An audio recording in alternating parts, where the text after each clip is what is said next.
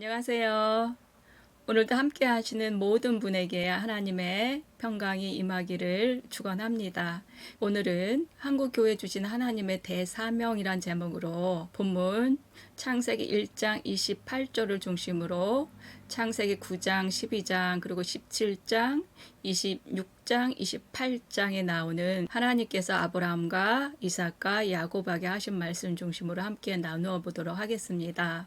길고 길었던 코로나 시대가 끝나고 우리에게 던져진 과제는 무엇이며 앞으로 어떻게 크리스찬으로서 성도답게 살아야 하는지 생각하면서 성경을 읽었습니다. 그때 창세기 1장 28절이 떠올랐습니다. 이 말씀은 하나님께서 아담과 노아에게 하셨고 아브라함과 이삭과 야곱에게도 비슷하게 하신 말씀입니다.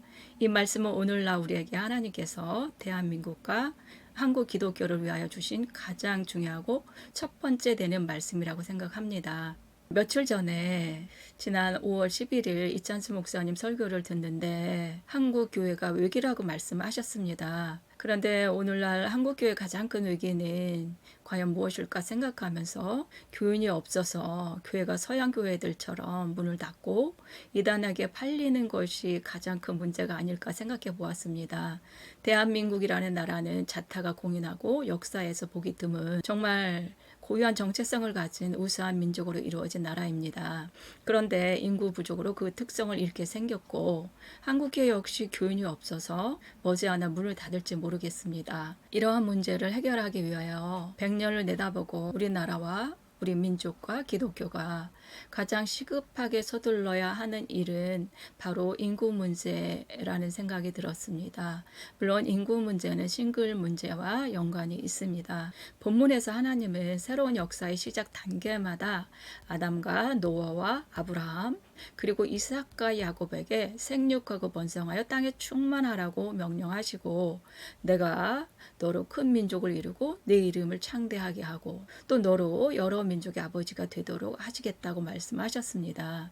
이는 생육하고 번성하는 일이 인류에게 얼마나 중요한지 계시하는 것이라고 봅니다. 이 말씀들이 현재 인구 절벽에 문제를 겪고 있는 우리가 새겨들어야 하는 말씀이라고 생각합니다.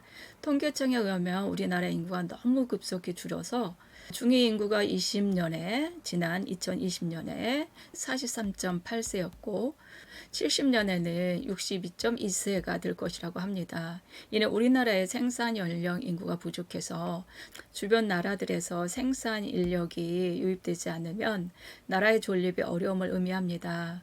주변에서 노동 인구가 유입된다는 것은 동남아시아의 무슬림이 대량 유입되고 대한민국이 이슬람화됨을 뜻합니다. 이슬람은 언제나 인구 정책을 최우선으로 하므로 무슬림 인구는 유럽이나 아시아 어디에서도 인구가 넘쳐납니다. 이에 비하면 기독교는 너무나 빠르게 세상 문화에 잠식될 정도로 안일하게 어떤 대책도 세우지 않고 문제 인식조차 하지 못하는 듯 합니다.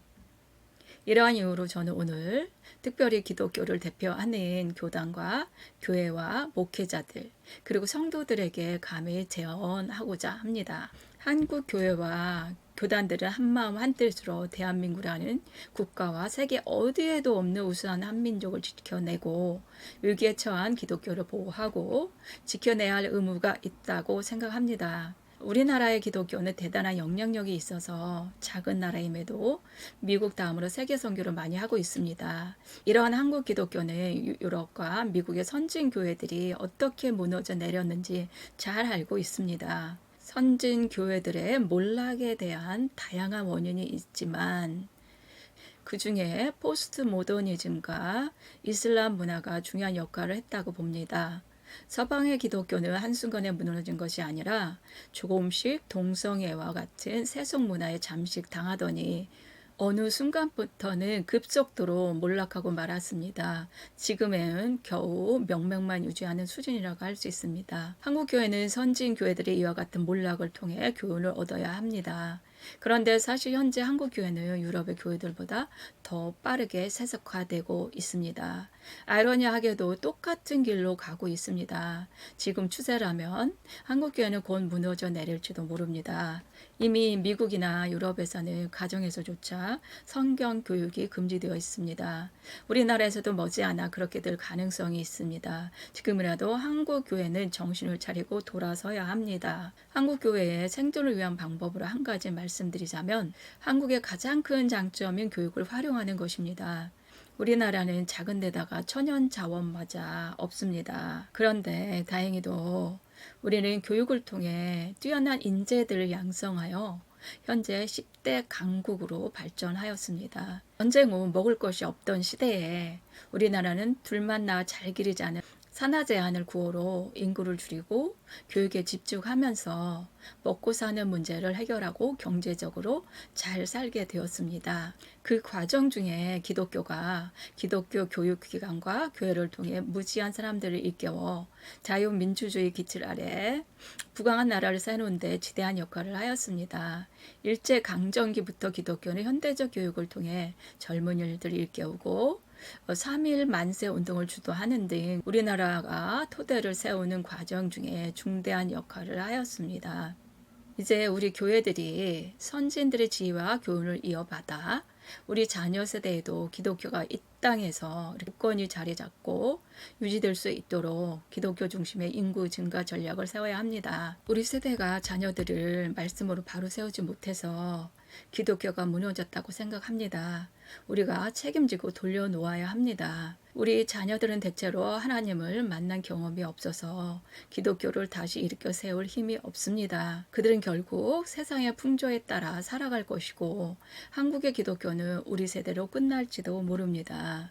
다음 세대가 하나님의 복을 누리며 형통한 삶을 살도록 그리고 기독교를 통해 온 인류가 번성하고 복을 받도록 우리가 최선을 다하여 새 다짐으로 새 힘을 내야 되겠습니다. 기독교는 다른 종교처럼 관념이나 철학 또는 윤리도덕을 가르치는 종교가 아니라 국민의 일상과 함께하는 현실 종교입니다. 기독교는 과거부터 지금까지 쭉 항상 교육을 통해 사람들을 계몽하여 자유민주주의를 세우는 데 공헌하였습니다. 이제 우리 교회들은 우리나라가 당면한 인구 문제를 해결하고 지속해서 발전할 수 있도록 그리고 기독교 역시 함께 성장하기 위해서 모든 개개의 교회와 기독교 기관은 우리나라의 인구 문제의 심각성을 인지하고 이 문제 해결을 위하여 아예부터 성인의 일까지 바른 기독교 세계관으로 무장하여 우리 민족을 멸절 위기에서 구하고 하나님의 지상 명령인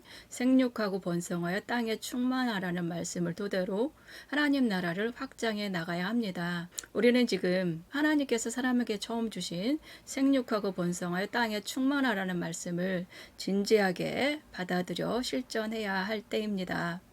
우리는 이 말씀을 단순히 육적인 생육과 번성의 의미가 아니라 영적으로 진지하고 신중하게 무게 있는 말씀으로 받아들여야 합니다. 하나님께서 사람을 만드시기 전에 우주를 먼저 만드신 것은 사람이 살 수 있는 환경이 필요했기 때문입니다. 하나님께서 6일 동안 수고하여 만드신 온 우주는 우리 사람을 위하여 존재하는 하나의 공간일 뿐입니다. 그래서 아무리 광대한 우주일지라도 사람이 없으면 그 존재의 의미가 없습니다. 이렇게 하나님은 사람을 위대하고 매우 소중한 존재로 만드시고 그들을 통해 하나님 나라가 세워지고 확장되고 유지되도록 설계하셨습니다. 그런데 급속도로 빠르게 하나님을 찬양하는 인구가 줄고 있습니다. 특히 어느 나라보다 하나님 나라 확장에 앞장섰던 우리나라 기독교 인구가 급속히 줄고 있습니다. 따라서 우리 믿는 사람들은 현재 싱글 문제와 인구 절벽 문제가 서로 연관성이 있음을 인지하고 이 두 문제를 해결하기 위하여 노력하여야 합니다. 이 두 문제와 관련하여 가장 큰 영향력을 미치는 요인은 삶의 틀인 포스트 모더니즘과 경제적 부담으로 보입니다. 그런데 행정기관들은 문제 해결에 있어서 포스트 모더니즘의 문화적 영향에는 관심이 없고 오직 경제적 상황만 고려하여 정책을 세우는 듯 합니다. 하지만 경제적 해결만으로 싱글들이 결혼하거나 자녀를 가지려고 하지 않을 것입니다. 그래서 기독교 교육기관과 교회와 교단 그리고 기독교 가정이 일관된 교육을 통하여 기독교인들에게 성경적 결혼관과 세계관을 지속해서 심어주어 그들이 하나님 나라 관점에서 결혼과 자녀 출산에 관심을 가짐으로 포스트 모더니즘의 영향에서 벗어나도록 할 필요가 있습니다. 물론 결혼과 출산을 원하지만 그렇게 할 수 없는 싱글들도 있습니다. 이러한 경우는 구제와 선교의 자세로 교회가 다음 세대를 위해 투자한다고 생각하고 적극적으로 지원해야 할 것입니다.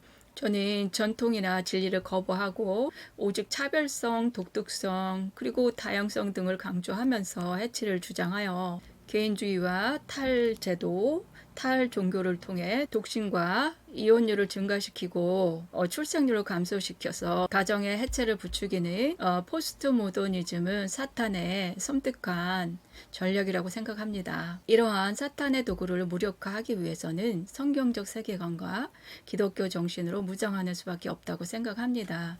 선교 초기에 교회들이 학교, 유치원, 어린이집 그리고 선교원 등을 통하여 기독교 교육을 실행하였던 것처럼 교회들이 다시 국내 선교를 시작하는 마음으로 새로운 기독교 중심의 세계 질서를 만들어 나가야 합니다. 교회가 적극적으로 결혼 지원 정책을 펼치고 결혼한 부부들이 아이들을 낳도록 독려하고 낳은 아이들은 교회가 공동 육아나 멘토 시스템 등을 도입하여 돌봐주는 등 적극적으로 선교하는 자세를 취하면 교회 이미지가 좋아짐은 물론이고 교회 역시 자연적으로 부흥할 것이며 더는 개독교라는 말도 들리지 않을 것입니다. 2021년 통계청에 따르면 1960년 인구의 42%가 14세 이하였습니다. 근데 70년에는 7.5%에 불과할 것이라고 합니다. 이는 우리나라의 생산 연령 인구가 상상을 초월하게 줄 것이라는 것을 의미합니다. 인구 문제는 결국 싱글 문제와 결부되기에 급증의 현상을 줄이고 출산율을 증가시키기 위한 대안은 기독교적 세계관으로 교육하는 것보다 더 좋은 해결책이 없을 것입니다. 카톨릭이 우세한 스페인이나 중남미 그리고 이슬람 국가들에서는 인구 증가의 속도가 멈추지 않습니다. 이는 종교에 따른 교육의 영향입니다. 한국 교회가 앞장서서 중앙과 지방정부와 함께 결혼과 출산 전략을 중장기적으로 세워 실천하면 효과적일 것으로 여겨집니다. 특히 우리나라 민족은 애국 애족의 정신을 지니고 있으므로 국가와 교회의 전략에 따라 지금의 인구 절벽과 급증의 현상을 상상하지 못할 정도로 빠르게 해결할 수도 있을 것입니다. 우리나라는 지금까지 엄청나게 많은 시련을 겪으며 여기까지 왔습니다.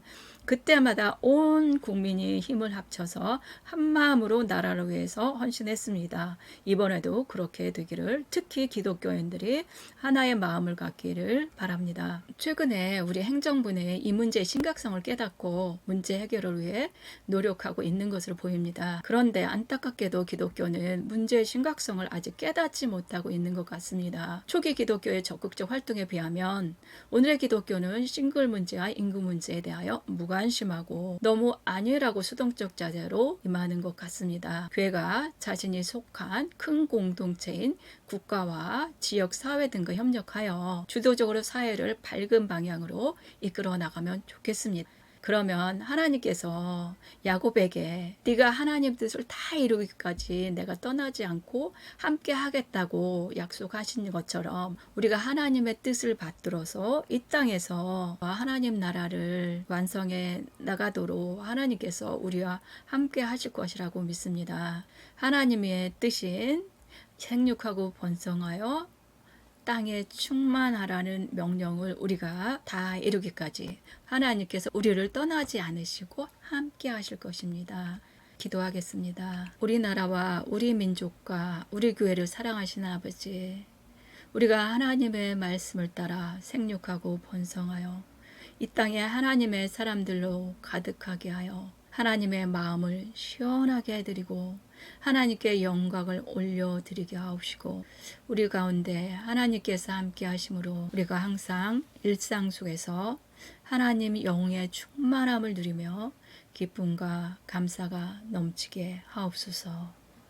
예수님의 존귀한 이름으로 기도합니다. 아멘. 개인적 상담을 원하시는 분은 이메일로 주시기 바랍니다. 오늘도 함께 해주셔서 감사합니다. 복된 날 되세요.